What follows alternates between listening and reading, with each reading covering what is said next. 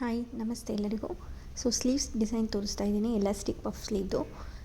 ಇಲ್ಲಿ ನಾನು ಲೆಂತ್ ತೊಗೊಳ್ತಾ ಇರೋದು 10+1 ತೊಗೊಳ್ತಾ ಇದ್ದೀನಿ. Elbow length.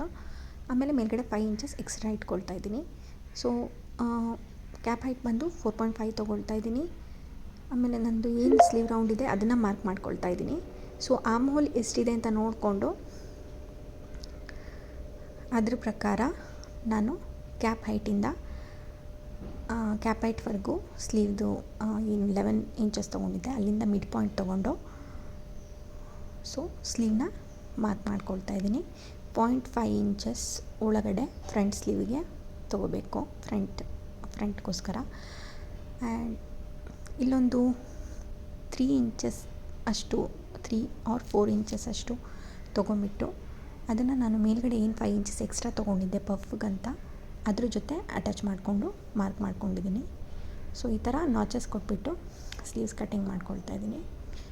ಇವಾಗ ಬಂದು ಫ್ರಂಟ್ದು 0.5 ಇಂಚಸ್ ಹಾಫ್ ಇಂಚಸ್ ಅಷ್ಟು ಒಳಗಡೆ ಕರೆಕ್ಟಾಗಿ ಎಲ್ಲ ಕಡೆ ನಾಚಸ್ ಕೊಟ್ಕೋಬೇಕು. ಆ್ಯಂಡ್ ಈಗ ಎಲಾಸ್ಟಿಕ್ ಪೋರ್ಷನ್ನು ಇಲ್ಲಿ ನಾನು 10.1 ತೊಗೊಂಡೆ ಅಂತ ಹೇಳಿದೆ, 11 ಇಂಚಸ್ಸು, ಮೇಲ್ಗಡೆ 5 ಇಂಚಸ್ಸು. ಇವಾಗ ಕೆಳಗಡೆ 1.5 ಇಂಚಸ್ ನಾನು ಫೋಲ್ಡಿಂಗ್ ಅಂತ ಬಿಡ್ತಾಯಿದ್ದೀನಿ, ಮೇಲ್ಗಡೆ ಒಂದು 2 ಇಂಚಸ್ ಅಷ್ಟು ಹಾಗೆ ಬಿಡ್ತಾಯಿದ್ದೀನಿ. ಮಧ್ಯೆ ಏನು ಉಳಿತು ಅದೆಷ್ಟು ಲೆಂತ್ ಬರುತ್ತೆ ನಿಮಗೆ ಅಂತ ನೋಡಿಕೊಂಡು ಎಲಾಸ್ಟಿಕ್ನ ತೊಗೋಬೇಕು. ನನಗಿಲ್ಲಿ ಒಂದು 12 ಇಂಚ್ ತನಕ ಬಂದಿದೆ. ನಾನೇನು ಮಾಡಿದೆ, ಅದರದ್ದು ಒಂದು 3 ಇಂಚಸ್ ಅಷ್ಟು ಮೈನಸ್ ಮಾಡಿಬಿಟ್ಟು 9 ಅಷ್ಟು ಎಲಾಸ್ಟಿಕ್ ತೊಗೊಂಡಿದ್ದೀನಿ. ನೀವು 4 ಇಂಚಸ್ ತನಕನೂ ಮೈನಸ್ ಮಾಡ್ಕೋಬೋದು. ಅದನ್ನು ನಾನು ಆ ಲೈನಲ್ಲಿ ಏನು ಮಾರ್ಕ್ ಮಾಡಿಕೊಂಡೆ ಅಲ್ಲ ಅದ್ರ ಜೊತೆ ಸ್ಟಿಚ್ ಮಾಡಿಕೊಂಡೆ. ಅಲ್ಲಿ ಆಟೋಮೆಟಿಕ್ಕಾಗಿ ಗ್ಯಾದರಿಂಗ್ ಕ್ರಿಯೇಟ್ ಆಗುತ್ತೆ. ಬಿಕಾಸ್ ನೀವು ಎಲಾಸ್ಟಿಕ್ನ ಎಳೆದು ಅಟ್ಯಾಚ್ ಮಾಡೋ ತನಕ ಗ್ಯಾದರಿಂಗ್ ಕ್ರಿಯೇಟ್ ಆಗುತ್ತೆ.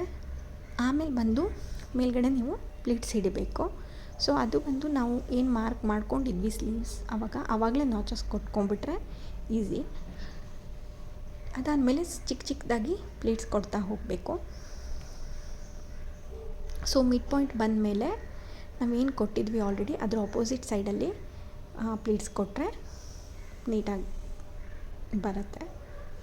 ಆವಾಗ ಪಫ್ ಜನ್ರೇಟ್ ಆಗುತ್ತೆ ಅಲ್ಲಿ.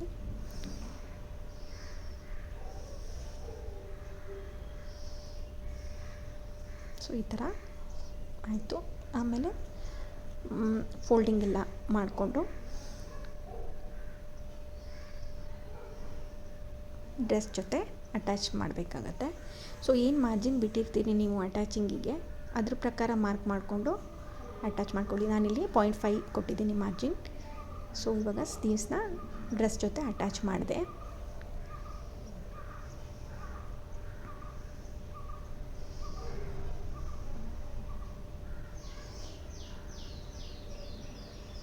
ಈ ಥರ